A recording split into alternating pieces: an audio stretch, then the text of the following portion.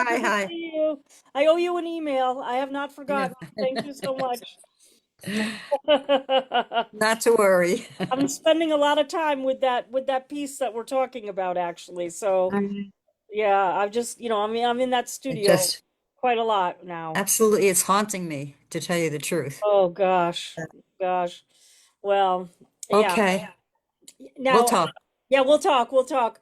I think I was able to tell you like it's not a photograph, it's not a painting, it's an actual piece of stained glass. So, yeah, but we'll talk. Thank you. Thank you. Um, okay. Go ahead, Kim. Excuse me one moment, folks. Of course. So there, I did see two folks who were bumped last time, and I have incorporated them. They did write me a personal message. I'm not just making it up.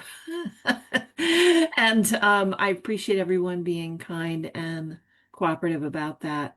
Um, I want to say that I probably have more than we can get to at this point. Let's call it a baker's dozen today, Sandy, and do Got it. 13 in the Okay, open we'll do mic. 13 open mic. And I will put those 13 folks up now, Okay, thank you very much. including the two that I was able to find who were um, unable to read last time. And then the rest of the folks, consider yourself on the waiting list. And I think we should probably assume that we wouldn't be able to get to more than what I have now at this point.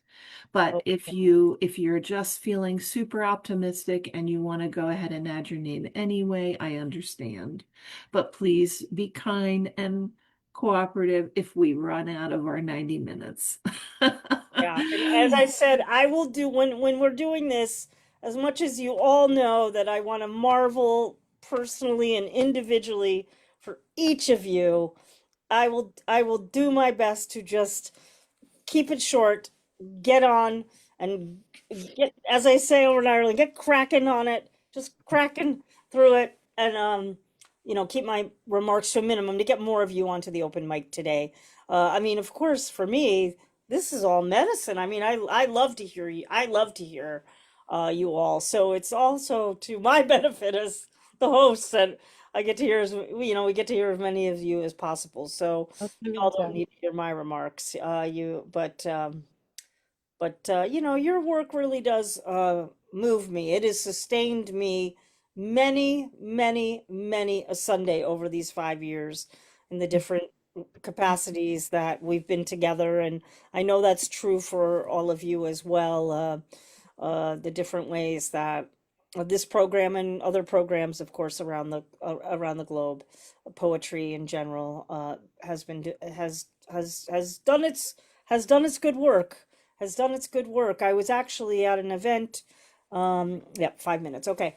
I was at an event yesterday in Hartford, Connecticut, the Connecticut Literary Festival, first time, and had the joy of presenting, reading some poems at that, in my capacity as poet laureate of Old Saybrook, which is kind of fun to get used to that. Anyway, two state poet laureates, two former, well, one is now transitioning out of as the Connecticut State Poet Laureate, but the two of them were on a panel, and they mostly in the Q&A, they really talked about the capacity of poetry to kind of, hold us to our truth to power and the power of healing and all the good things that we know that we've experienced with poetry. Um, they spoke to it very, very powerfully, and confirmed kind of what I feel like I see, what I've seen in these past 5 years. I will just let you know we're about 4 minutes to go. Kim let us know a couple minutes ago, if you're joining us just recently, that we are likely, I'm sure we are, at our capacity, even through the waiting list, and we likely will not get to everyone on that waiting list today, but we will do our best. So for all of you, the featured folks, please do be mindful. 5 minutes. For a lot of people, that's probably like two medium poems. Be mindful of the 5 minutes. It includes your remarks, of course. And when you're on the wait, those of you on the waiting list, those of you were able to get to that'll be one poem, please, up to 3 minutes. Thank you so much. It's just amazing. It's just amazing. Kim and I talk about this all the time, and with Don as well. Just we're just so grateful that everyone, continues to join us, week after week, month after month. For some of you, it's year after year now. And so we're just really grateful to have all of you with us on this Sunday and every Sunday that you've been able to be with us. So if this is your first time, I'm not paying that much attention to who all's in the room yet. But if this is your first time, welcome. And we're really looking forward to today's reading. So, yeah, it's looking like most folks I think have been here before. So, looks like we're We good. have two questions hanging out there. One is from Kate Wegrzyn. If Yes. anybody can help her, I don't know why you wouldn't be able to see the group chat on your screen. Yeah. The group chat button is at the bottom of my Zoom screen, my Zoom menu. It reads audio, video, participants, chat. And when I click on chat, that just opens up off to the side, Kate. I don't know why yours wouldn't. If anybody can give her any advice and put it in the chat for Kate Wegrzyn, that would be wonderful. The second question was, how do you get into the open mic list? Starting at 15 minutes before the program, we begin to take names, and you simply type your name into the chat, and I copy and paste them onto the list in the order that they appear, starting at 15 minutes before program time. It fills up very, very quickly. Today, for various reasons, Sandy and all of us, we need to end at our 90-minute time frame. So thank you all for being here. Sandy, I'm going to mute, and I'll Okay. continue to share who's coming up on the open mic in the chat. Have a wonderful reading, everyone.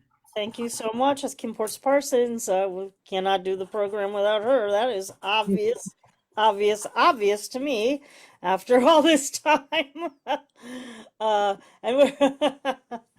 we're just about a minute away from start time.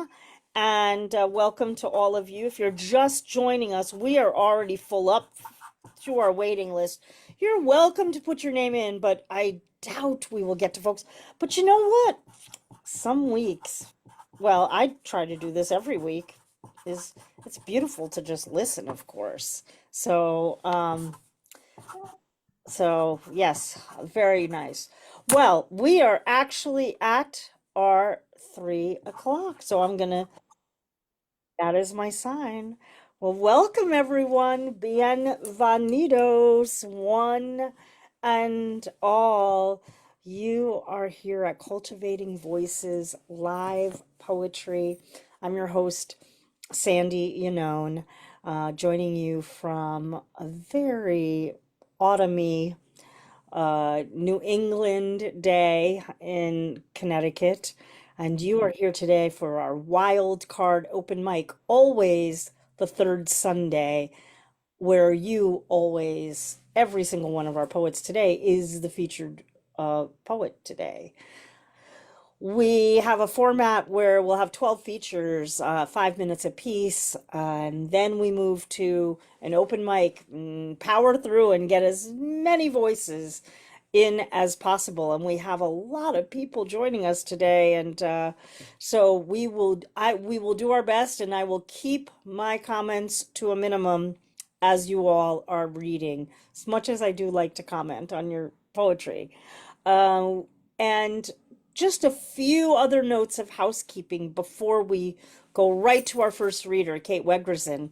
I want to remind you all that the chat is live for today, so please do utilize it to share your support, enthusiasm, your love for the poets, and obviously respectful comments, please. And as well, please feel free to use the chat for announcements of upcoming readings and or if you have a new book coming out or anything you want to share with the group. You're also, of course, welcome to do that kind of sharing directly onto our Cultivating Voices Live Poetry Facebook /meta page at any time. And we encourage you to do that.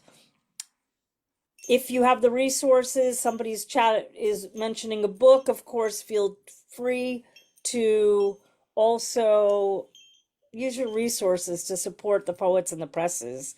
Uh, I can't think of a better investment, a better use of my money than to buy poetry books in this day and age. I never fail. It never fails. I think poetry is the best gift you can give a human being. And finally, I two final notes. If you have on the open mic today, if you have content that would necessitate a content notice to support our audience being able to make a decision about whether it's in their interest of good self-care to mute themselves or to mute while folks are reading, please do provide that content notice. We do really appreciate it. And, you know, I trust you all to know that the things that likely require a content notice. Well, before we go to Kate, as I mentioned, my final note is I want to give just a beautiful thank you to our poets from last week, our new book showcase. If you were not with us live in the Zoom room, oh, did you miss a beautiful, beautiful reading? Lauren O'Donovan, Molly Toomey, Liam Carson, and Catherine Ann Cullen. It was a masterclass in poetry from those four Irish poets. And I just want to encourage you, if you haven't, to definitely go look at the recording. Don Krieger so carefully curates the recordings for us just for that purpose, that we can go back and see, or for those of you who weren't able to join us live, can go see the recordings. I really can't thank them enough and encourage you to take that time. You will be very lifted and moved by that reading. And we're so fortunate. I'm aware we have a number of Irish poets coming up also in these next upcoming months as well. So stay tuned if you appreciate the poetry coming over from Ireland, as I certainly do. And I appreciate the poetry coming from every corner of the globe, every nook and cranny. And I know that first here on the open mic today, we're going to Colorado. Thank you, Kate. Thank you. Thank you. And then you'll be following Kate will be Ron Bremner. I think I'm on somewhere. Okay, great. So that Kevin Higgins, he was open to have visitors in his hospital room. And when he went home, he loved people. His sarcasm was rich, it was wonderful, and he was so loved. So I did some haiku when Kevin was in the hospital. And sometimes there was no one else around in his hospital room. And I didn't read all these, but I did share these with Sandy. I think I shared them back in 2022, maybe. A long time ago. I could share again. Through hospital stays, times of sharing, poems hung on the hospital walls, writers in residence. Riding through life, slumbering on an old sedan seat, your eyes pierce the skies, waning moon crossing your window. Stardust lantern of a dream, moonlight rides into dusty roads, foothill ridge onto dusty roads. Sundown greets sunrise, new day, under wings, strength of unity, spirit of perpetuity. These were times shared with great listening and care. Susan brought Kevin home. times of comfort and love, and they let us into their home.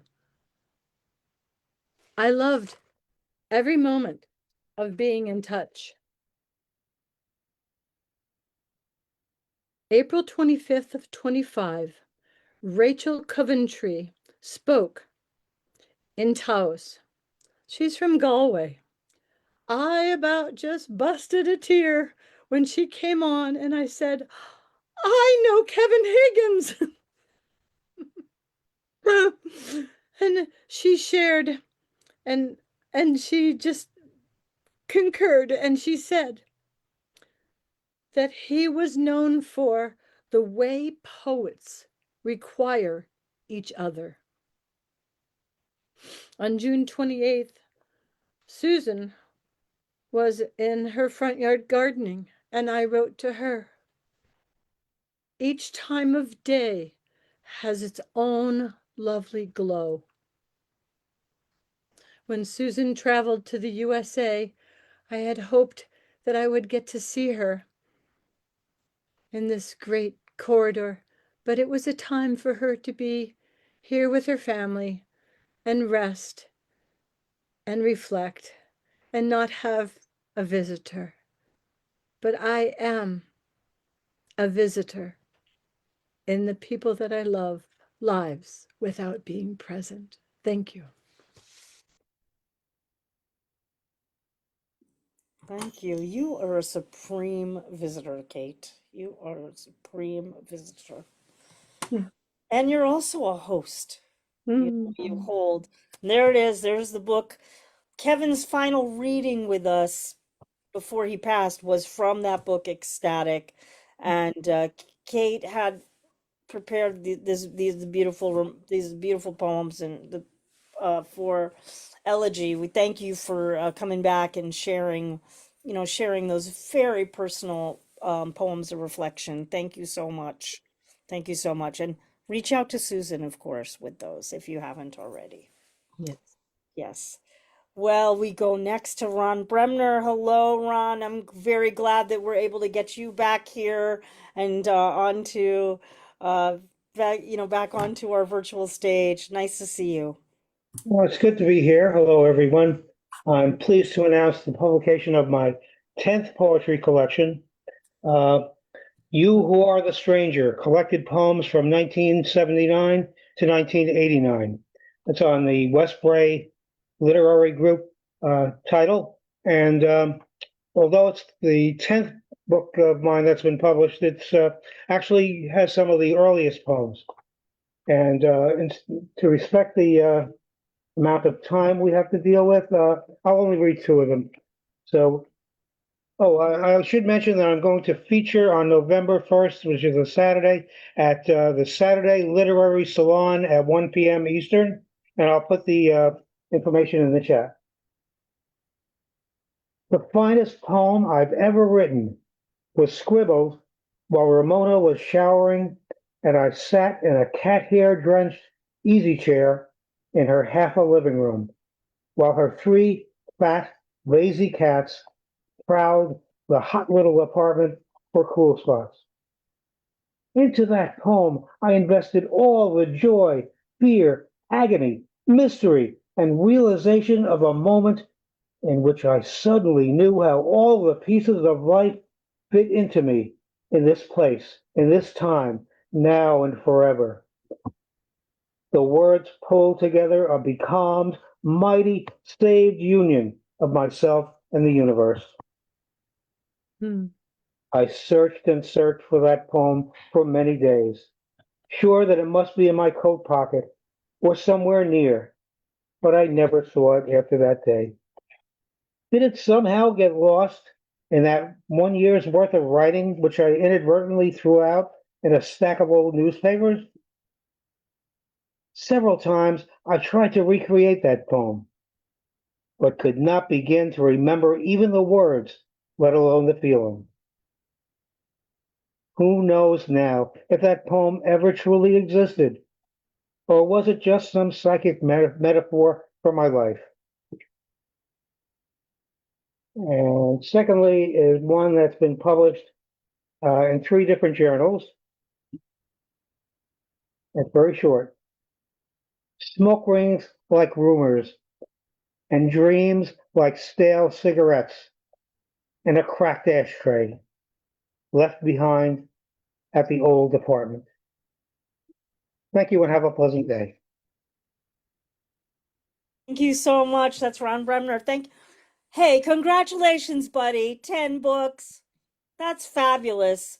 And I really have a thing for people like doing like their new and their retrospectives. It's so special. So, so special. Thank you for sharing that with us. All right, we actually stay in the state of New York now. Oh, no, no, no, no. You're not in New York. You're not in New York, I don't think. Okay. Mona, Zamfirescu, you're in New Jersey, right? But yeah, yeah, yeah. It's good to see you, my friend. Thank you, Sandy. Yes, it's good to be back and glad to follow a fellow New Jerseyan. And I also want to say that I'm also happy to be reading a couple of poems from my upcoming chapbook, which is like unbelievable for me to say that after 2 years of coming here, like there came the day. So soon. Okay, so first poem, The End of Days Does Not Come with a Bang. Like the grass that comes back every year, though everything is stacked against it. Slow, deliberate, 5 women move air. Their eyes are fixed on a distant point. They're here, spacious, without words. Towering over them, sky rises and bare ginkgo trees, which came, as we all have, from somewhere. In Madison Square Park, traces of green line the alleys. Winters, the Tai Chi women practice every day in the drained fountain where all paths meet. A few feet lower than the rest of us, citizens of coffee and news. We slalom past each other, people and things. Garbage pickup, the food trucks at every corner. Yes, now there is spring to talk about. New hyacinths and daffodils, fresh, alive, and people.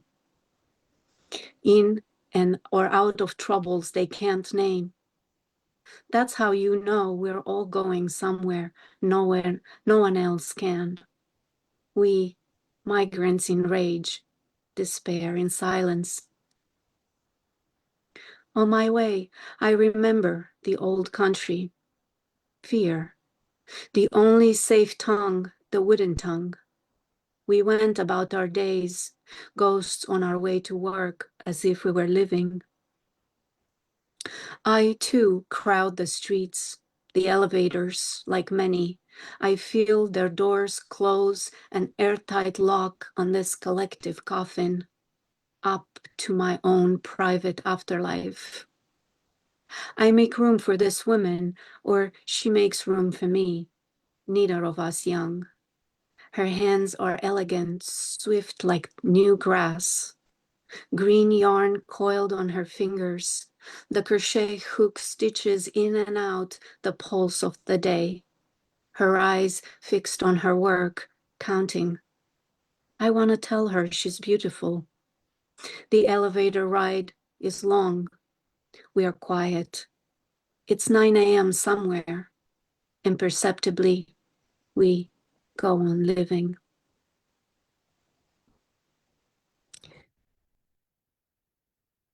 Do I have time for one more? Yeah. The proper names of things. On the hills of Kenya, Turkana shepherds have followed the water.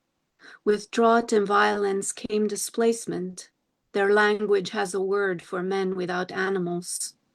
Eke butonit, no sense of purpose, erased. When asked about sadness time after time, they talk of loneliness. That's why scientists are expanding the definition of loneliness from Science News. What should I call a life in transit, in pursuit? over the ocean to rain-filled potholes of today. The engine is stalling, and I'm late for work. What should I call the engine is stalling? Naivete, this is what I wanted. I succeeded, I failed. Not enough, too abstract. I let myself array the fractal edges of this land I no longer know. I no longer know what to call. I ran away. New York, the deluge of chores, talk, therapy, never alone, always alone. Are you okay? Tell me the details, the proper names of things. Too little, too much, too soon, too late. Stay. Nowhere to run from the feel of things. Displacement, loneliness. Say it. Nowhere to run.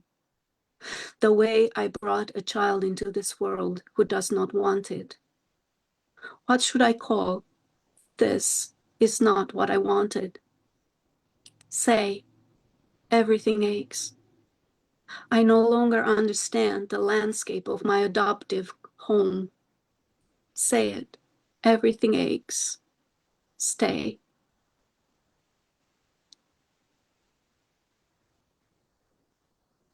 Beautiful, beautiful poems, obviously. Thank you so much, Mona.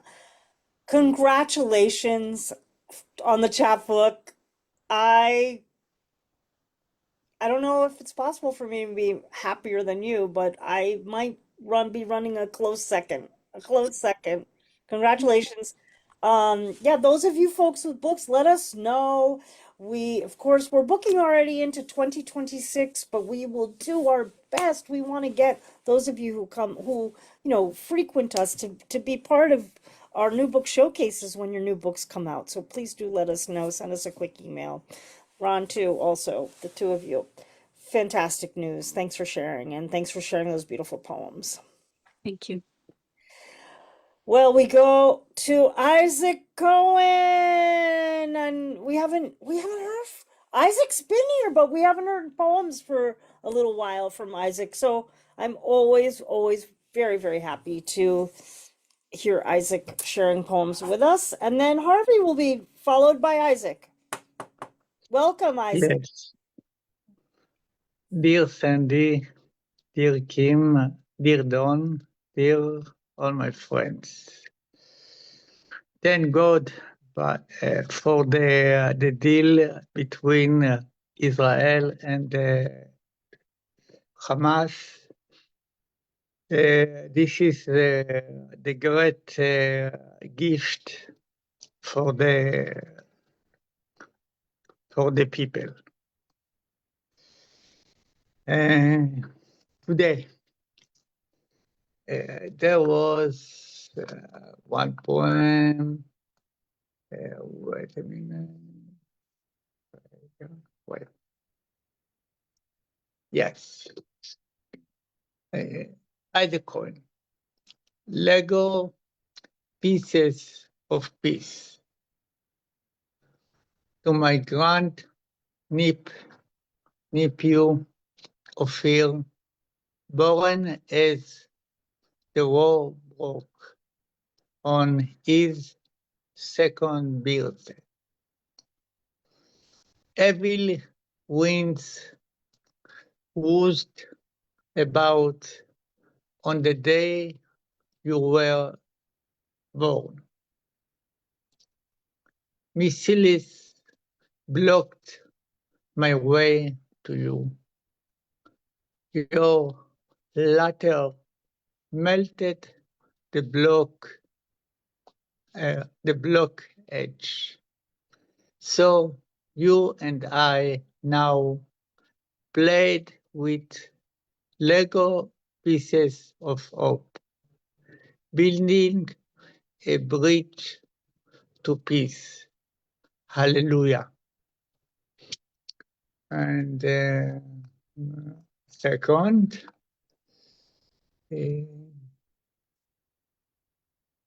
yes. And one, right.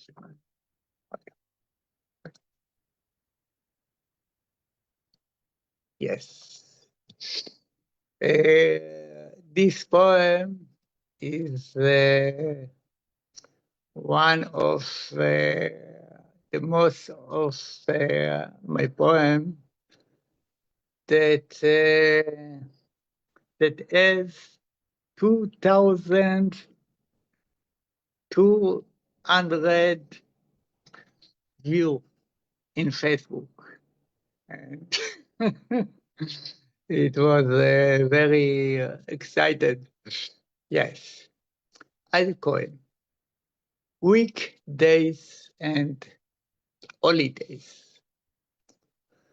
On weekdays, I gave charity to homeless men. On weekdays, I work for a better world. Weekdays turn into holidays, and the world is blooming. And the third, wait a minute. This is about Jerusalem. Wait a minute.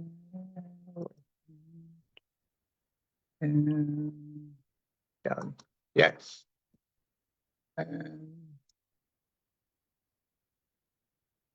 Yes. This poem is dedicated to my wife, my darling, and we go to the journey in Jerusalem to Ein Karem. This is a beautiful boulevard in Jerusalem. Icon, Ein Karem, painted with love. A painting like neighborhood beds of colors. A nun licking ice cream. Your eyes are scanning for hidden beauty in the alley. I'm looking at you. Your eyes are like the water of the spring flowing in the valley. I said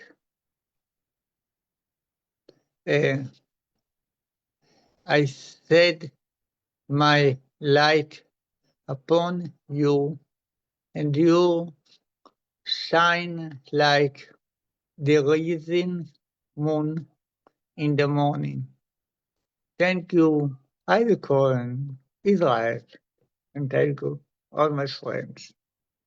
Thank you Thank so you. much, Isaac. Thank you. You know, Isaac, you have been coming, you have been praying, asking, every verb for peace.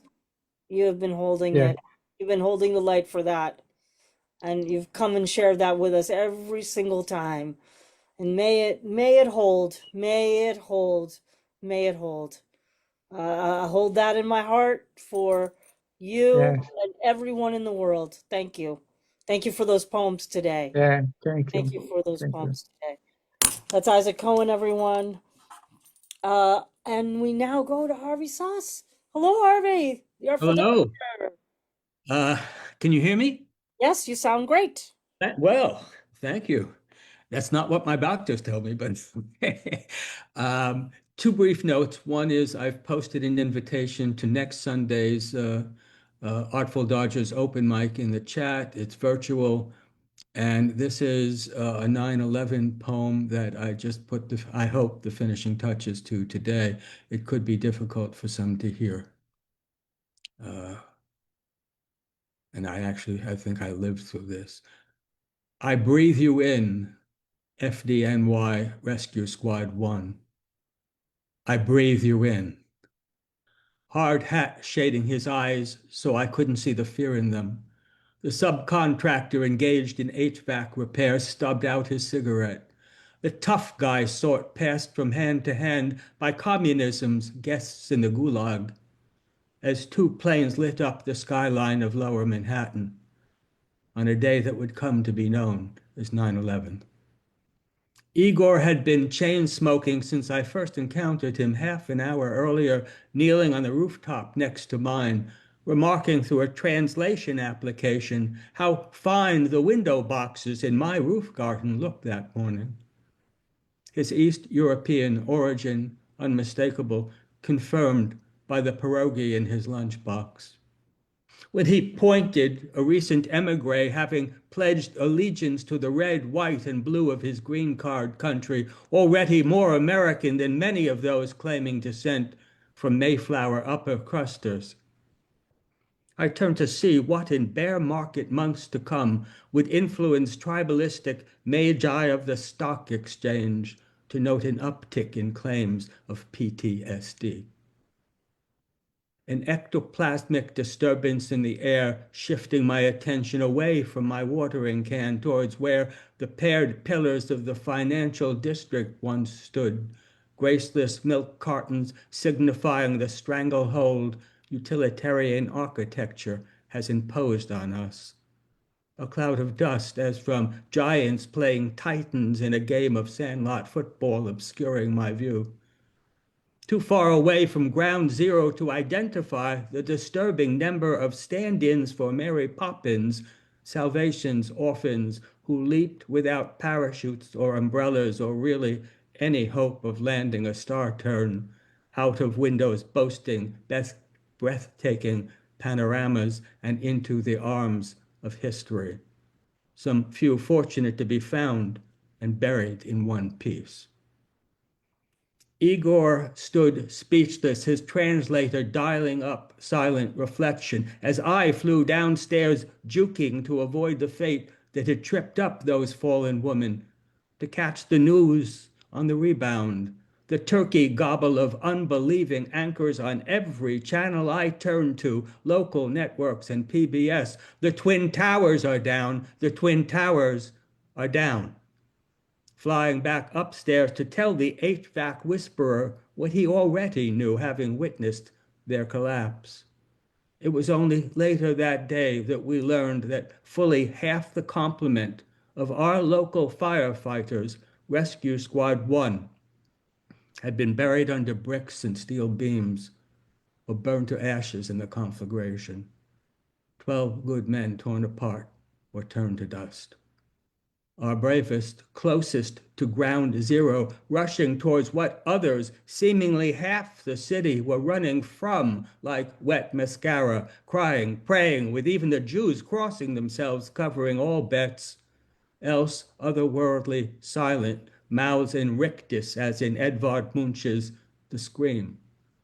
Stick figures covered in smudge streaming across Brooklyn Bridge, seeking the relative safety of my soot-covered brownstone side of the East River.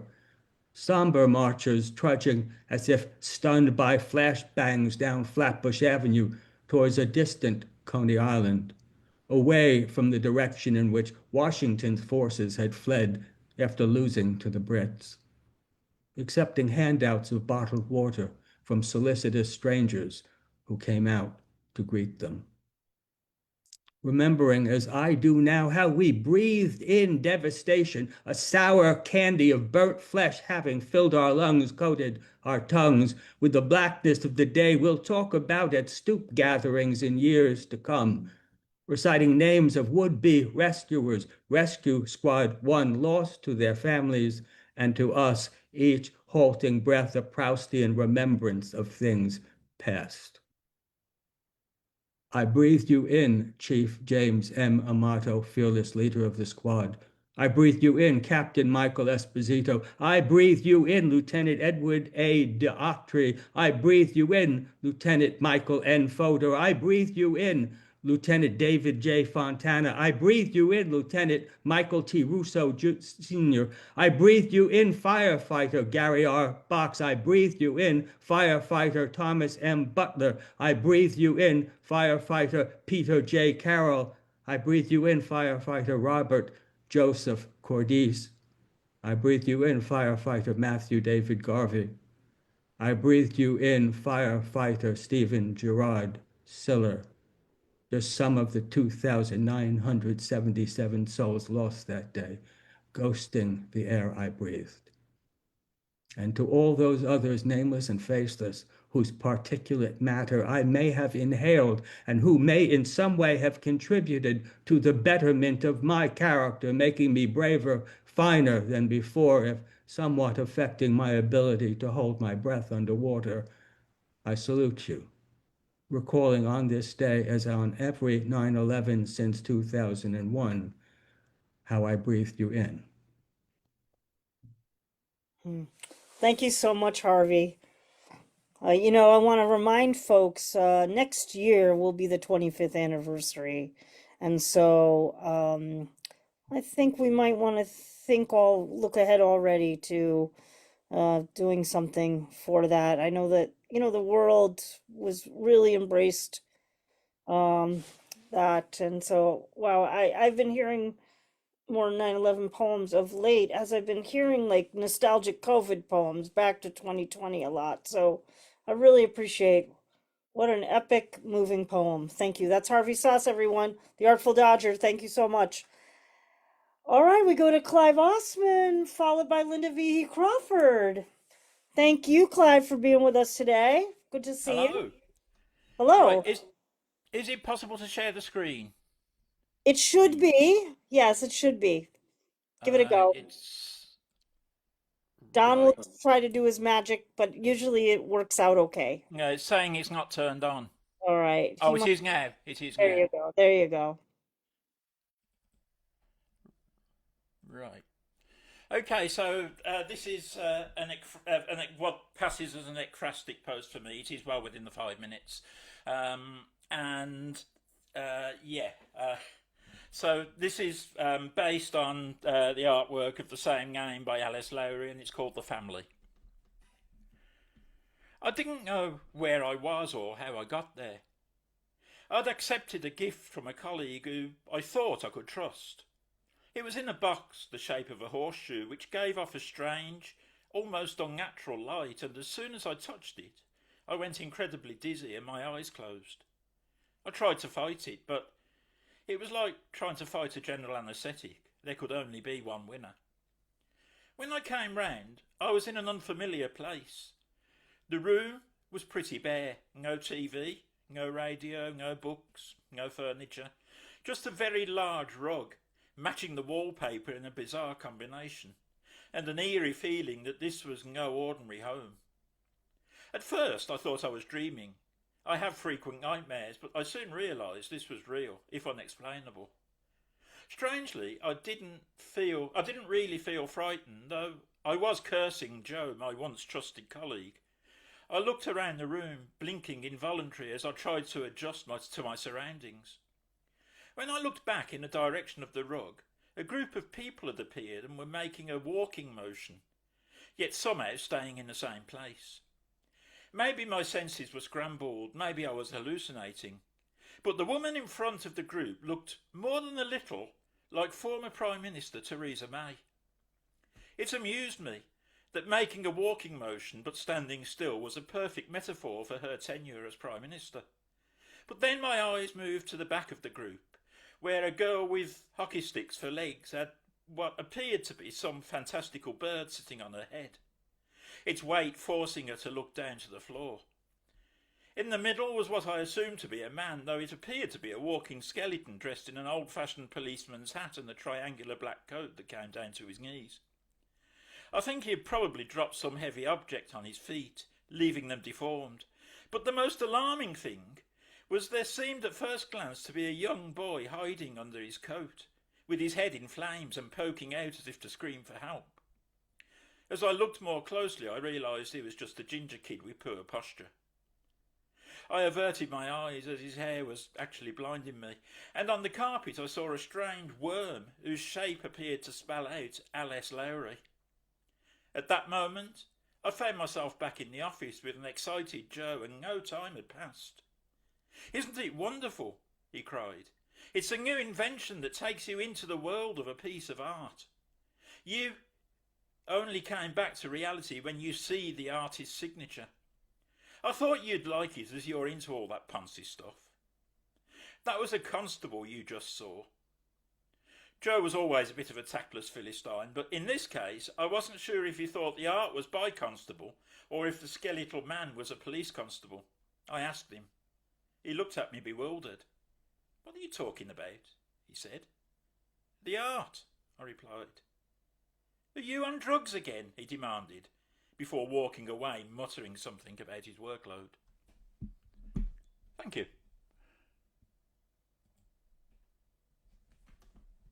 That's great. That's terrific. Thank you so much, Clive. I want to remind you all are listening to Cultivating Voices live poetry. Today it is our wild card open mic, and I always love a good ekphrastic poem. Thank you for bringing that to the program tonight. Thank you so much. Lynda VE Crawford, you are reminding me of when we saw each other at the AWP in Los Angeles, and I'm hoping maybe you'll be coming to Baltimore.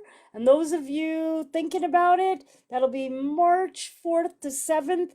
And Cultivating Voices Live Poetry, we will be co-hosting a live event during the AWP. So that's the Associated Writing Programs annual conference this year in Baltimore, Kim's hometown. So I hope a lot of you will make the pilgrimage to Baltimore. And Lynda, send me a message. Let me know if you're going to be coming. Well, I thank you. I'm not sure, but I was in your neck of the woods at the end of September. I was in Rhode Island and then Connecticut. But I couldn't connect. Anyhow, it's wonderful. Serious poems. If I could share screen, I will. These are two very short poems. Let me see if I have the option.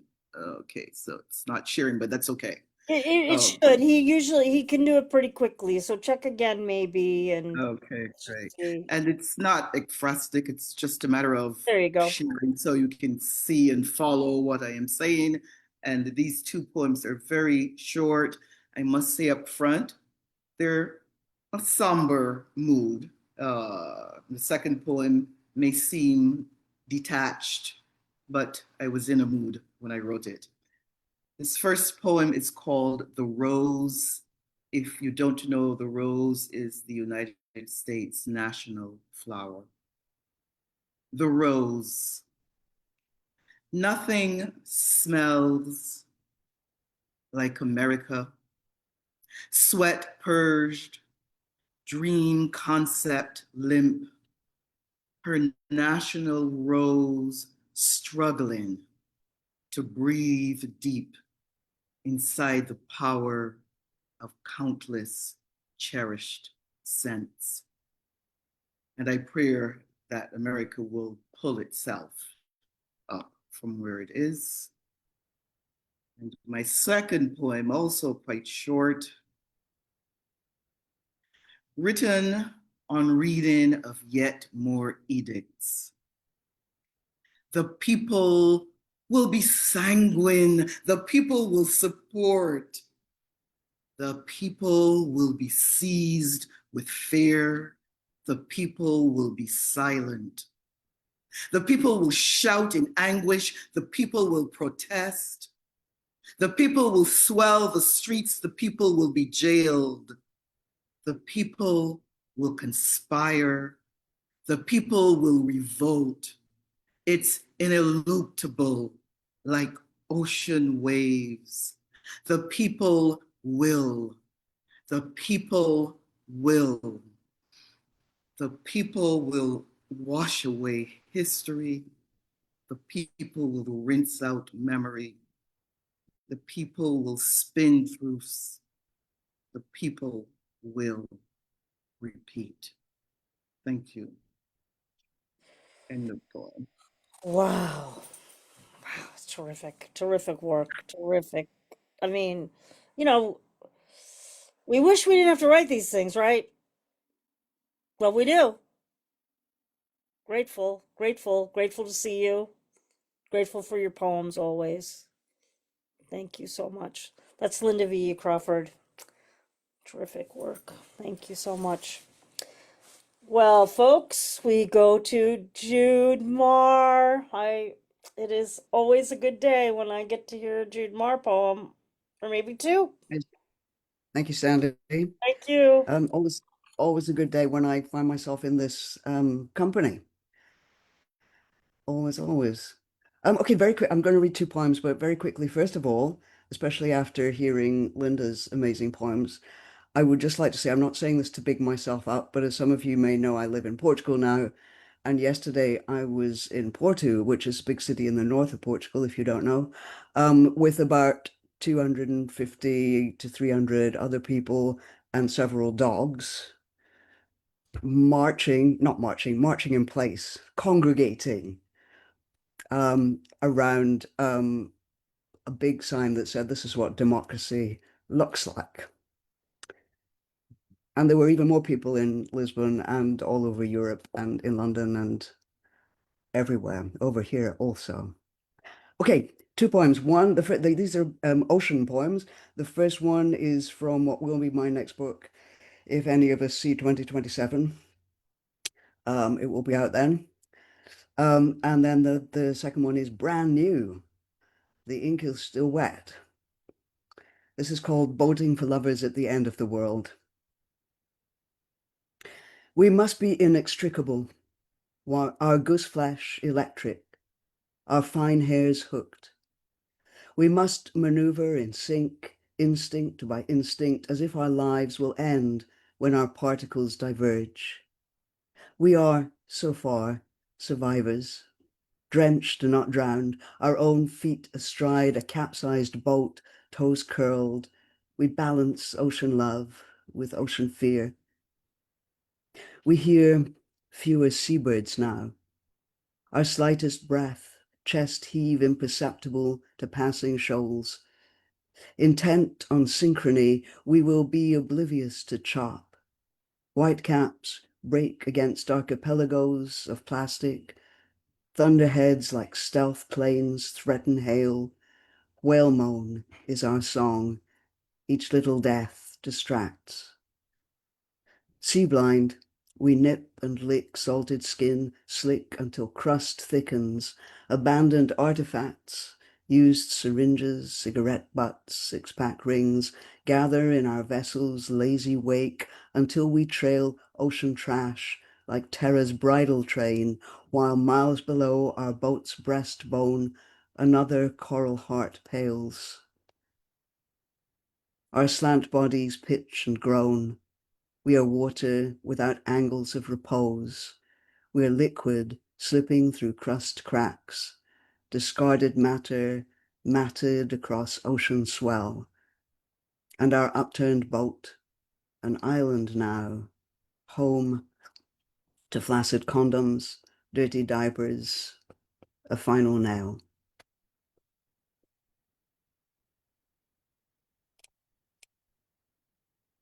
Thank you. Okay, this next one is much shorter. This is the new one. And it is called, this great new word that I found called, it's thalassotherapy, which I just loved as a word. So I made that the title. And then I put an explanation in case you, because I didn't know what it was. I had to look it up. Thalassotherapy, or seawater as balm. A person standing thigh deep in the Dead Sea smears salt-caked mud across their bare, scarred chest. Sun beats them about the head, mud cracks, chest cracks, heart cracks. Salt works deep into every ragged wound. Many rooms away, A person descends into a heated pool. Seawater steams around their thighs. Music by Handel plays as they squat, fingers tight around all that remains of courage as their bleached skin bleeds salt onto blue glazed tile. At every ocean's edge, at every hour, a person stands or kneels on rock, sharp as glass, on glass, fine ground to sand. And from the salted stew where life began, from crevices where creatures old as grief are still, each person begs a memory of how to breathe.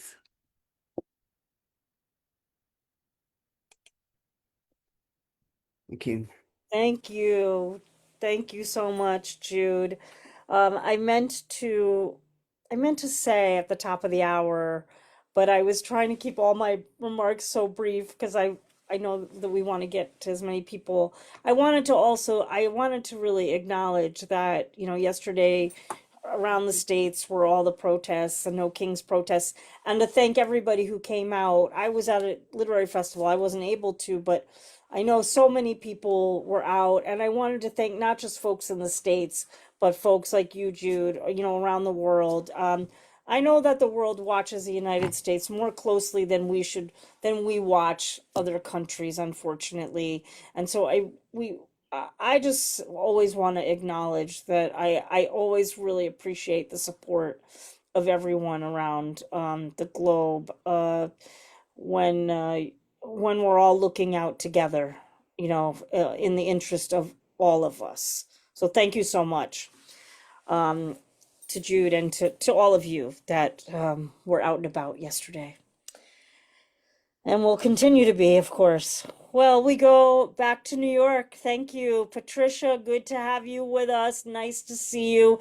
Patricia doing such great work. And I know you're working really hard in your Sense and Sensibility with the haiku in particular. I'm really enjoying that, receiving those. Thank you. Thank you. Thank you. I'm sorry I couldn't join the King's move because of my leg. I hurt my leg last week while working, canvassing. Okay, I have two political poems here. The first one is about what happened in the Bronx here. There was an explosion in one of the NYCHA towers. Here we go. Towers for the poor. They built a tower for those of moderate income. They placed a red line around this tower, camouflaged its identity. The people of the tower did get poorer, and in time, this list got longer. So they built another tower, and another, and another. The dominoes of poverty formed a pattern of towers. The patterns multiplied, and so did the red lines. No one outside the towers cared about the towers. With age came neglect. Cracks formed tributaries on walls. Plaster and paint fell like hail. It might be sunny outside, but the ceilings knew precipitation. Appliances, doors, and windows broken like the system. A buffet of trash aplenty. A party for roaches, mice, and rats. If inspectors paid visits, they'd write up reports to be filled under inaction. They got paid for work not done, like the politicians who lie and pick your pockets. The violations multiplied into an explosion. One tower's wall collapsed, but no one was hurt. The tower was declared unsafe. The poor were evacuated to temporary shelters. Was the culprit an unchecked boiler or a faulty chimney? The city plans to investigate, but we know why that tower fell. Like the flick of the finger when playing dominoes. Which tower will fall next? Thank you. And my last is Halloween related and also very political. If Frankenstein's monster were around today, he'd blend in with the outcasts, an unwanted person in survival mode. If you took the subway, people would be uncomfortable. They'd squirm in their seats or move away. Others would flee to another car. If he spoke, some would take him for a junkie. Others would think he's illegal. The cops would probably harass him. If he got violent, could he outdo the taser, bullet, or both? His accent would scream un-American, alert the masked men called ICE. Just like cops, could he outdo the taser, bullet, or both? He'd be sent to the swamp where alligators, both human and animal, would suppress him. Or would they? After all, he was never meant to be a monster. Like in the movie, he was always misunderstood. Thank you. Thank you so much. Yeah, folks, like I really appreciate everybody bringing, these really powerful politicized poems. I mean, we were talking yesterday at the Connecticut Literary Festival. The personal is very political also, but you're really striking particular things home. Appreciate it. Appreciate you, all the work that you do in New York, and for all the poets that you support. Thank you so much, Patricia.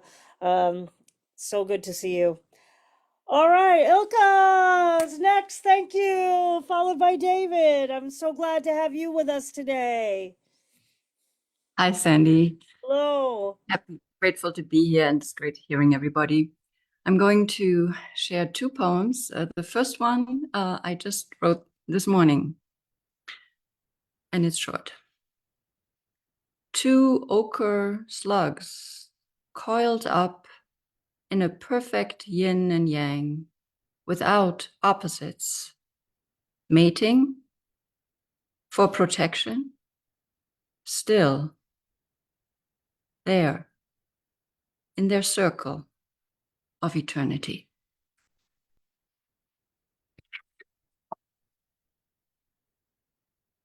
Thanks. And the second one is kind of for my journey towards my journey of a memoir in poems. Alida's Löffel. When I put my hair up in a knot, I resemble my maternal grandmother's side of the family the most. Something about the chin line and the temples. Her aunts, Tante Altje and Alida, spoken about especially by my mother, those were her great aunts from Stapelmoor on the very western side of East Frisia, near the Dutch border. They were devout followers of the Reformed Church, very simple, clear, no painted windows, no statues, not even a cross. And in the few photos that exist, they look austere, although Alida has that modern, subtle smile on her open face. And then there are those Silberlöffel, silver spoons, that I cherish. 800 silver with delicate Maiglöckchen engraved on the stem. On the back it reads A.S. 1911. I allow myself to believe that those were a gift for Alida Sanders, maybe for her confirmation. So shiny, so full of promise, light like those Mayflowers they depict. Emotional light years away from two devastating wars. Her sister Altje married a Voldenga. Uncle Georg then would be her son, Oma's cousin, who had the rabbits I loved so much on that rare visit in the 60s. What were Alida's passions? Did she stay single? Did she live with her parents for most of her life? When did she die, and of what? Growing up, there was always Tante Alida's Dose, that round black box with some faint painted flowers still visible on the lid. It held different colors, thin yarn, and delicate tools, always sitting on top of Mutti's Nähwagen, sewing basket on wheels. Somehow it took decades until I discovered an actual photo of her But those 6 spoons made it to the new continent with me. Now they are my companions every single day in the Pacific Northwest, when I cherish my black morning tea, an age-old East Frisian tradition.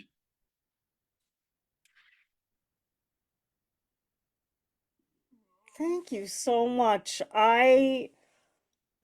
First of all, I was just looking at my own box of spoons that I have, like literally just this morning. And they're antique spoons. Just such a beautiful poem and a beautiful example of how powerfully an object can evoke time, history, the family story. Beautiful, beautiful work. Thank you so, so much. Wow, poems really in a stable. I'm never going to forget those spoons. Never going to forget those spoons. Thanks so much, Sandy. Thank you. Well, David, good to have you with us today. And David's going to be followed by Nayma. We have an abundance of riches today, my friends. Abundance. Hello, Sandy. Good to see you. Good to see everyone. Great to see you, David. Good to see you. I want to start off by saying, Sandy, Dr. Sandy, I followed one of your podcasts there where you were talking about the sonnets, and I just love the teaching aspect of poetry. I love the structure. I love people saying that poetry has directions. It has rules. We talked about the sonnet, the 14 lines, and then the compound sonnet of the 28 lines. So thank you. I just wanted to see that. I love that part of poetry. I love the challenge of writing poetry by following the doctrines and the standards of poetry. So thank you so much for that. So I'm going to give you, I missed you in the last 2 weeks. I was on, but I missed you. You talked about memory one and elegy the other one. So I'm going to do 3 short poems for you. So we'll start off with the sad one, which is elegy, and then we'll go from there. So I have to push my buttons here. All right, guys, you're going to lose me for a minute, but here we go, the first one. It's called The Love of a Mother. The love of a mother is like the love of no other. The kiss of a mother is like the kiss of an angel's feather. The arms of a mother can keep you warm in the coldest weather. The smile of a mother lights the darkest night, and the death of a mother uncovers a treasure chest of memories that will last forever and hold you at night. And now we're going to do one on memory. I was 6 and you were 7, all God's children once in heaven. I with a nickel, you a dime, off to the store, skipping in line, passing a fence under a hedge. Icy glass and off I head. Pepsi, Coke, I don't care, for pennies I see, not bottles there.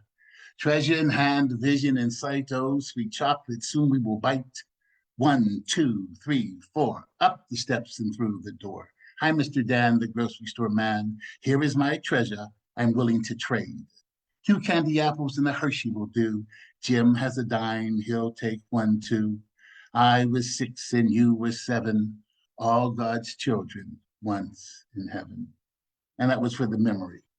And I'm going to leave you with one more that always gets people a tickle. I should say old married couples get a tickle out of this one anyway. And it is called, it's called Across the Hall. It's a coming here.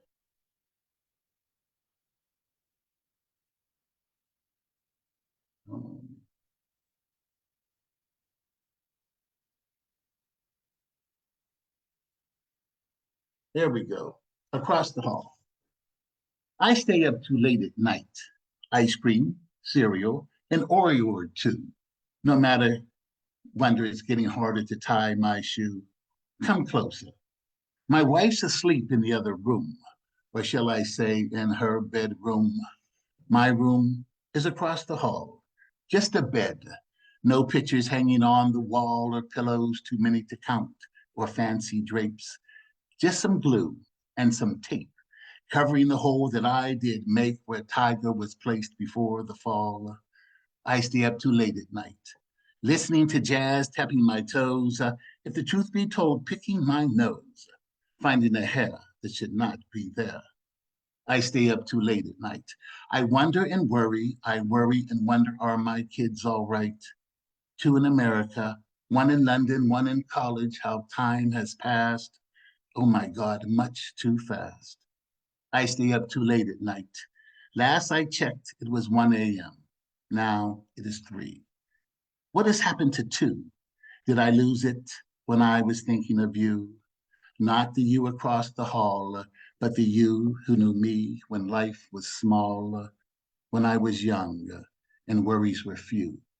And I stayed up too late at night, no Oreo, ice cream, or cereal in sight, just loving the girl across the hall before tape and glue and holes in a wall. When we were young and life was small, before I slept in the room across the hall. Sandy, thank you. Thank you, everybody. Oh, I love your spirit. I love that. Oh, I love that poem. You know, I love the lyric and that repetition, the refrain, and how that shifts through time. That's beautiful. That's just really, really. I love that. Beautiful. Thank you.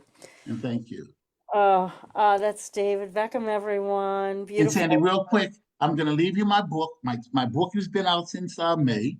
I've been just so busy. I'm happy to say it was Amazon #1 bestseller for the month of May. So Whoa. I will send it to you in some way, even if I send you a PDF file, just Christine, so you can email read. me. We'll talk. It's all good. Will do. Send me Super. a quick And thanks. email. And Thank you thanks so again. much. Beautiful. Well, our final 2 features, and then we go over to the waiting list, everyone. Our final 2 features, Nayma, followed by Steve. Thank you. I'm going to share 2 pieces. The Imposter. In the rooms that twinkle with crystal and opulence, the women with Modigliani necks, bejeweled and bedecked, talking about young skin, exercise, and nutrition, of flamboyant designers, fashionably Parisian, camouflaged, complacent, corpulence, men in Armani suits and Swiss watches, consuming business with malt whiskey, anecdotes of St. Moritz and après-ski, an arcade of silver-spooned swatches, a spectre occupying the void in hand-me-downs and Primark shoes, a day tripper just passing through, the type you usually avoid, hair brittle and untamed, face conveying time's inflictions, no fillers or Botox injections, expression caged and contained, the Cheshire cats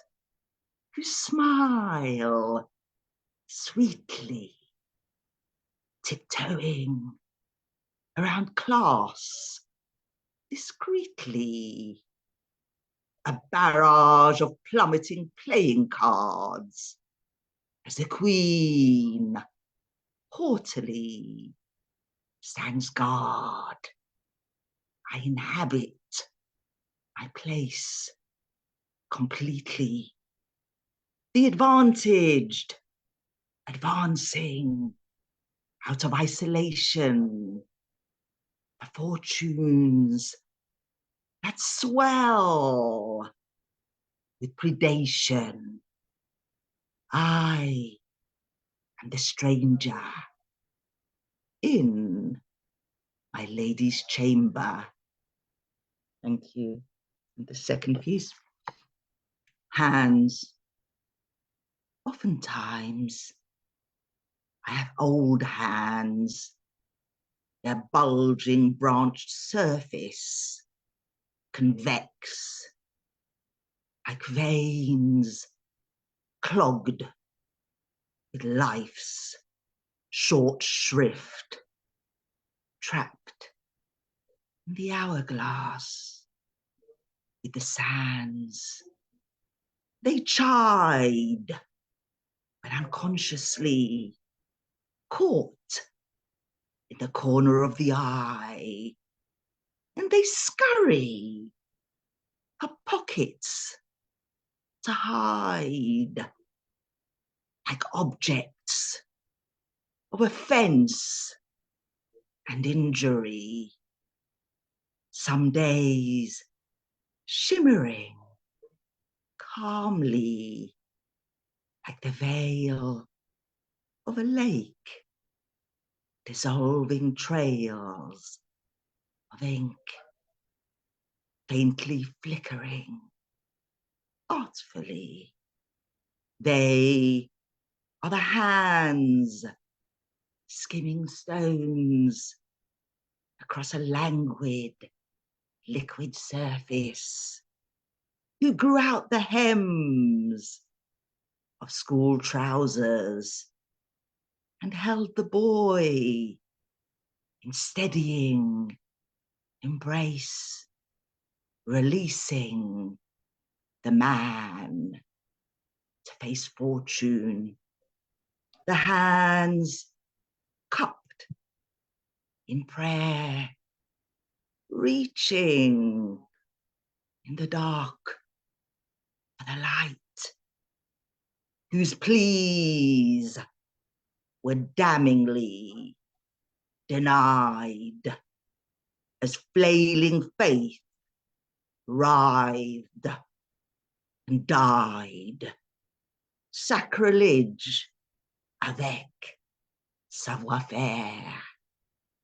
The hands who nursed back to health and creatively crafted cuisine, taking dictation from the emotional stream, relentlessly rising out of the ravine, their graceful beauty taking away breath, the facade heralding the interior, clasping them like the hands of loved ones achingly absent for far too long, and they cheer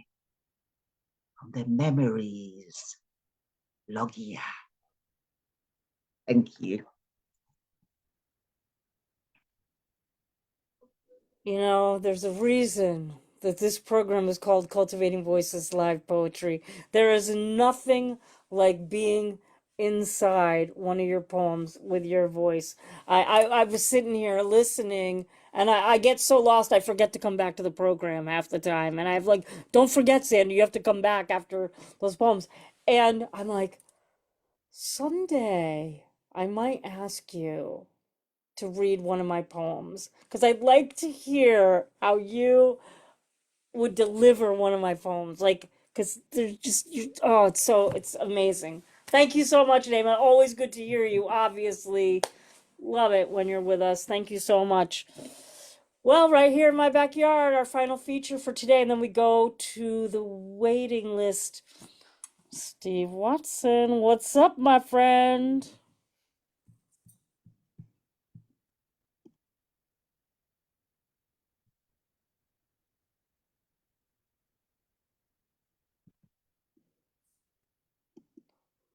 There you are. You need to unmute, please. Yeah. Hey, There I'm you here. go. Hi, Very I was good. talking. Yay. I'm Steve. This is Luna. This first one is for Jude Marr. It's called Thalassotherapy, but you all know what that means now. This body, mostly water. After the battery, the assault, I'm sobbing and mostly salt. I cogitate, I ruminate, I meditate. No self, only salt and skin and the acrid sound of forgetting. Salt enters, cleaning me. Salt enters, pain remains. The sea enters where thought once stood and leaves a shell. Float until the self forgets its name. Thank you. So this is a love poem, I guess, which is not exactly like me. Her heart rests in infinity, a Bodhidharma's abode.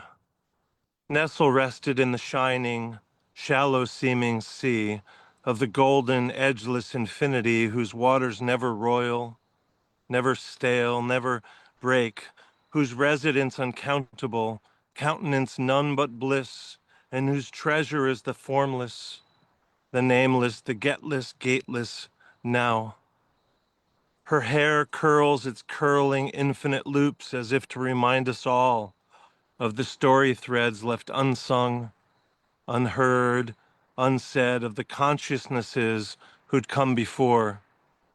Sunset cheeks and tamarind eyes, brows of happy hairs and prairie dales, her nose, the foothill of her pineals perch, there to cast its loving gaze upon the lost, the lonely, the nights, the moon, the days, her nose a glint and gilt enso, the Ouroboros of eternity.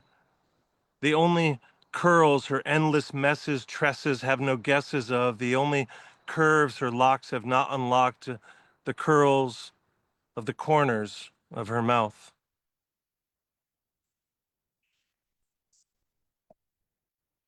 I do love a good love poem. Thank you so much, Steve. Thank you so I much. feel all squishy. Woo!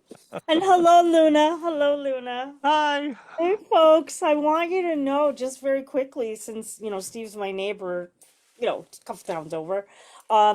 If you're in the vicinity sometime in November, I'm not quite ready to announce it. I'm gonna be holding like a sacred ritual in my father's glass studio, and I'm gonna be hosting a reading. The only time we've ever done a poetry reading in the glass studio. The only thing that will be there are his lamps in the rafters.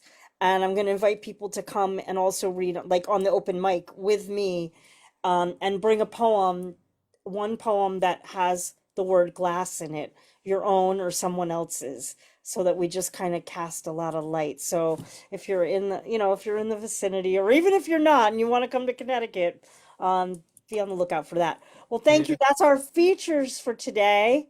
That's our features.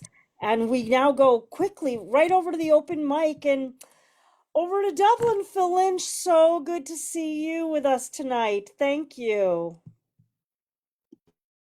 Hi, Sandy, and everyone. Thanks very much. I don't get to be free on Sunday nights much. That's why you haven't seen me. So, due to other commitments. Anyway, I'm going to read what is, I suppose, has a seasonal flavor. It's from my latest collection, Moving On. It's Salmon Poetry, and thanks, Sandy, for featuring it on the New Books Showcase last year.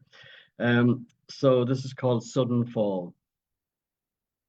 The leaves fell on Saturday, succumbing to the firm force of a sudden September storm. Autumn had come unannounced, awkward, an uninvited guest at an intimate dinner party. The ground, a confusion of greens, many in their prime, smooth to the touch, clinging to the illusion of foreverness. Nature took care to sprinkle them with a camouflage of half-turned reds and yellows to lighten the shame, share in the shock.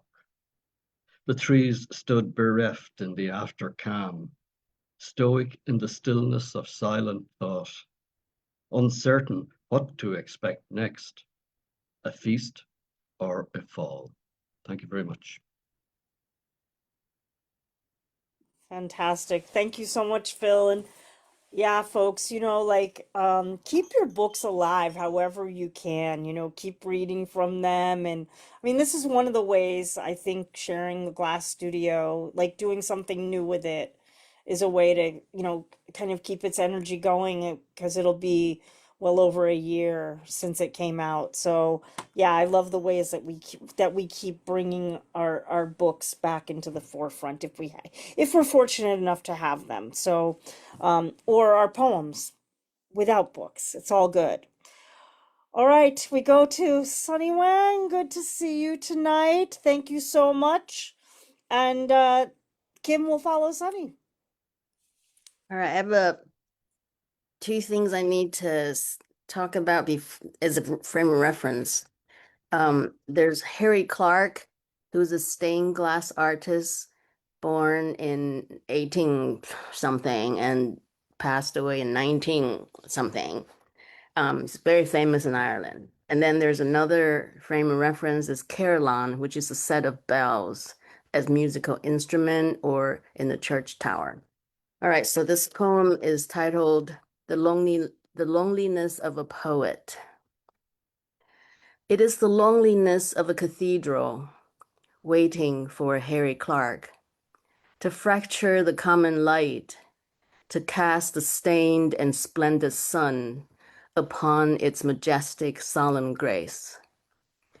It is the loneliness of a boulder waiting for a Michelangelo to see the dreams, curves, and strength of the sculpture timelessly posed within the stone.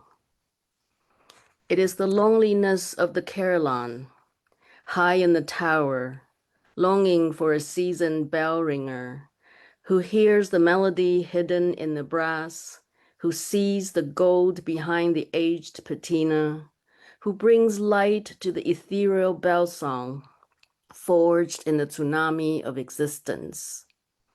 It is the longing to find in the vastness of the sea a single special crystal of salt, a particle that tastes exactly like their swallowed tears.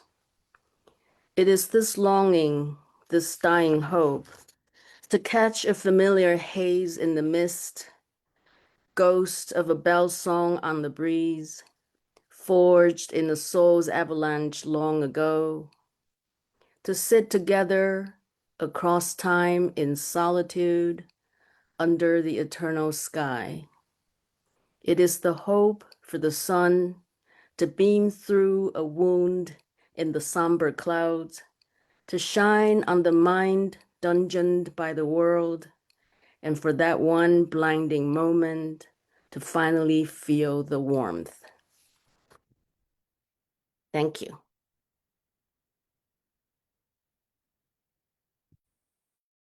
Beautiful. Thank you so much. And as I put in the chat, I was able to see some of Harry Clark's work this summer while I was there. So, yeah. And I always think of the Carillon at St. Mark's Cathedral in Cove, actually. So thanks for bringing that memory back to me tonight, too. Thank you so much, Sunny. Good to see you. Kim Tedrow, good to have you with us tonight. Thank you so much. Thank you. Greetings from Lincoln, Nebraska. Greetings, greetings. Kim and I, it's our old stomping ground. One of them. Okay, let me get to my doc here. Okay. This is I'm trying to incorporate science into my poetry because I work with scientists and science inspires me. And here's one attempt. Because I'm going to die anyway, I've given myself permission to smoke one cigarette a day in the evening, after food and meds and before pajamas and toothbrush. One. Last night, as I sat on my porch and smoked my cigarette, I watched a honeybee go from flower to flower in my lavender bed. The blooms bent down on their stalks with the weight of the bee. One flower, another, then the next plant. I thought about where pollen comes from. Chloroplasts make sugar from sunlight, water, and carbon, then build roots, stalk, leaves, blossoms, stamen, and pistil. Scientists at work showed me through a microscope how plants have sex, way more than people do, she said. The bee takes pollen and turns it back into sugar. Whenever we taste honey, we taste sunlight and feel how plants must feel when they make love. Now I smoke a plant and it's better than sex. And I wouldn't have seen that bee or thought these thoughts had I not smoked. The cigarette burned quickly. Like any pleasure, I want it to last longer.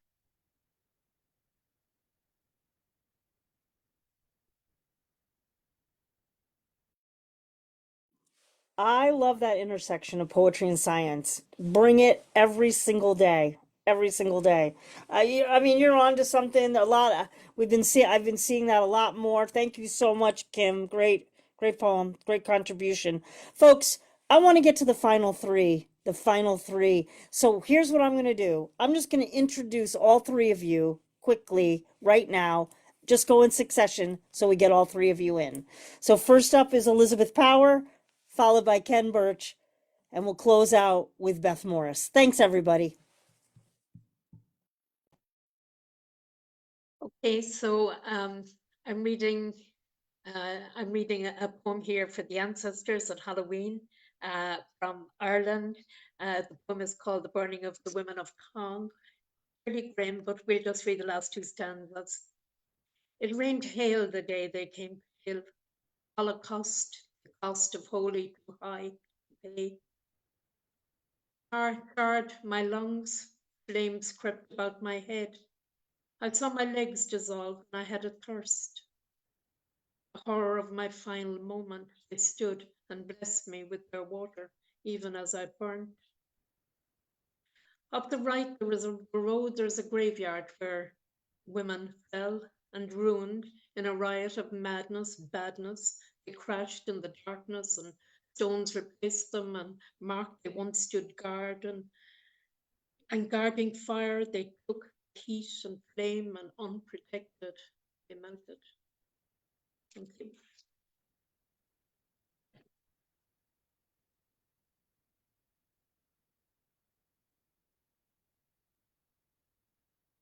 Okay, Ken Birch, you're up.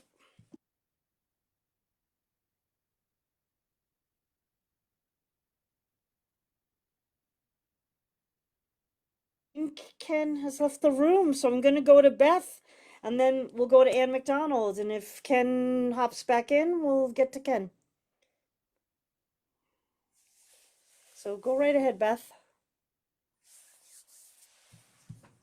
Muted in both. Hi. Hi. Hi, everyone. I'm going to be reading from my last book, A Yellow Notebook, and I'm happy to announce real quick what first place in both poetry and memoir in the International Firebird Book Award just a few weeks ago. So happy for that. Okay, this is dedicated to all of the workers and especially the unions that were on the march yesterday. I thought about all of them. One introduction I need to make clear for all you youngins in the group. The McCarran Act of the 1950s during the McCarthy era was a security act that allowed for the investigation of anyone accused of, quote, promoting communism or emerging in subversive activities. So since my father was a union leader, I'm going to read that poem. It all started with a proposed teacher pay raise, the New York teachers' strike of 1950. Everything was strange about that day, out of order. I was always alone in our apartment after school, mother at work, sister at dance practice, father staying late at his high school to coach the basketball team, teach night classes for the veterans. I was a latchkey kid before the term was ever invented. Then I heard the lock turn, saw my father come to the door. his normal, steady gaze displaced by panic. He ran past me down the hallway, straight to his bedroom. No greeting, no explanation. Changed out of his school clothes and spent the next 2 hours pacing from room to room until my mother came home. I caught snatches of conversation behind their closed bedroom door. HSTA called for a walkout. Mayor ignored our demands for a raise, so we walked. The high school kids went out on strike too. Schools were closed. Don't know if they'll let teachers back in tomorrow. Don't know how long we'll be out. No strike fund. No savings. O'Dwyer thinks we're all Reds. Could be fired. Brought up on charges under the McCarran Act. His fear spread. I was too young to understand. Didn't know what to do. So I locked myself in my room. Put on my records. Loud.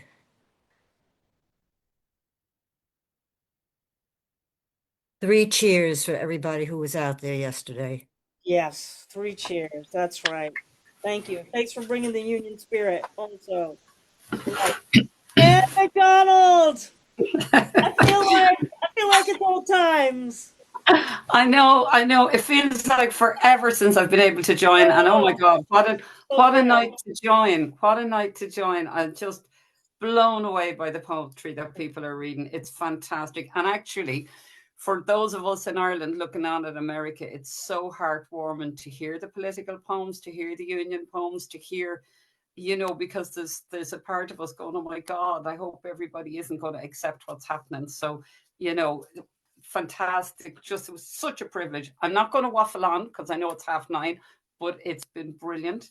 And thanks so much, Sandy, because I'm just going to read one poem.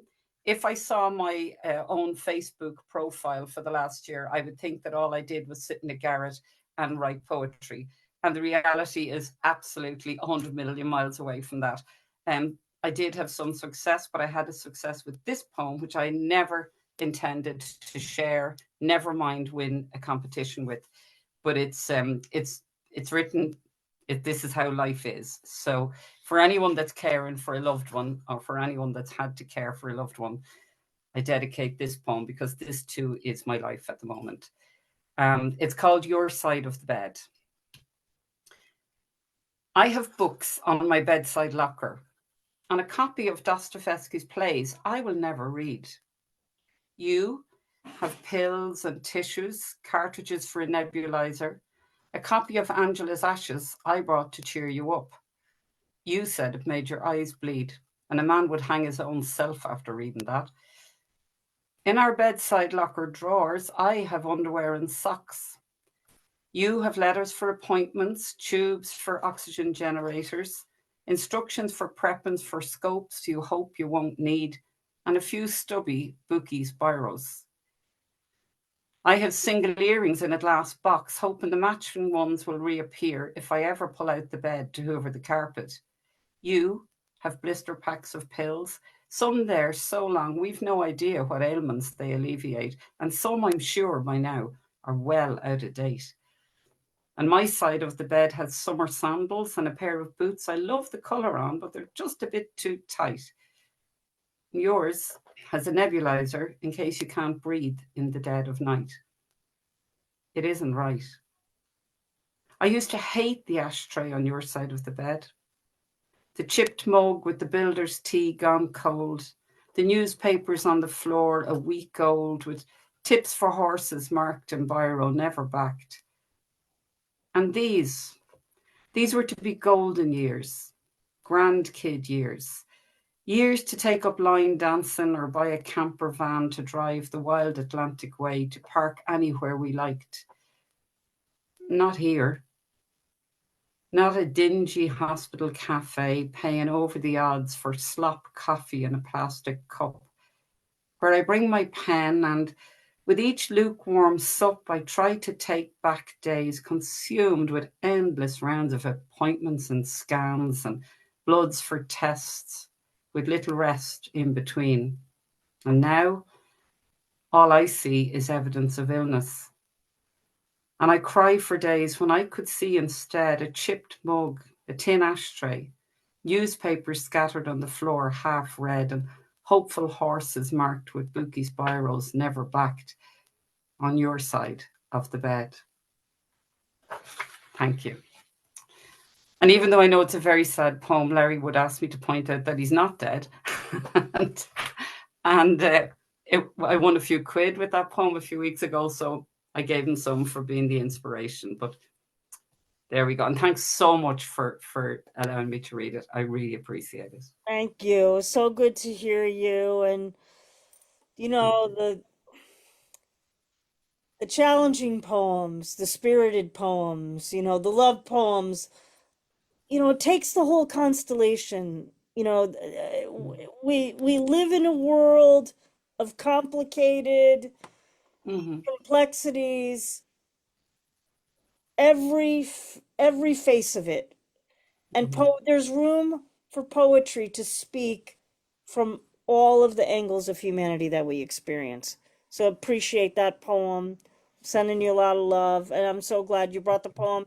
And even though it's a poem probably we don't want to write, yet it won because it spoke to many, many people and would reach them. So there you go. There you go. Well, thanks so much. Thank you. Thank you. That's Anne McDonald, everybody. Anne is first months of Cultivating Voices live poetry. So I always get a little warm and fuzzy when I'm in the room with you. Thank you so much. Folks, we did it. We did. We were just a tiny bit over, but we got everybody in, and I want to just give a quick shout out to everybody who read today. I'll just do first names quickly. Thank you so much to Kate, Ron, Mona, Isaac, Harvey, Clive, Lynda, Jude, Patricia, Eelka, David, Nayma, Steve, Phil, Sunny, Kim, Elizabeth, Beth, and Anne. It was a real privilege. It was a terrific open mic tonight. My favorite open mics are those ones that are very prismatic, and this one really cast the light so many ways. So thank you one and all for bringing the poetry. Thanks to those of you here in the audience listening and being the supportive the supportive light that you are. As we always like to say, next time you could be easily the feature. We will be back with you, I believe, in 2 weeks. We've got 2 Sundays coming up. Our first Sunday of November, it will be our Poets Focus. The word is connect. Kim's going to correct me if I'm wrong. Connect. And our 2 features are Regina Weiss, Garcia, and Marcella Raymond with their 2 new collections, and you on the open mic on our Poets Focus. That's Connect, first Sunday in November. It'll be Halloween here in the States in a couple weeks, so there's my little nod to Halloween for you all. I've had this candle in our family for like too many decades, my little jack-o'-lantern. Hope you all have some fun out there with the witchery and all the magic. And keep writing your magic, my friends. Keep doing it. And as I always say at the end of the program, you know, just take good care of yourselves, take good care of each other, exquisite care of your beloveds, and keep writing those magical poems. I'm Sandy Yannone for Cultivating Voices Live Poetry, with a very big thanks to Don Krieger and Kim Ports Parsons for all the support on the program. Thanks to those of you live with us today on Zoom, and thank you to those watching us on the recording.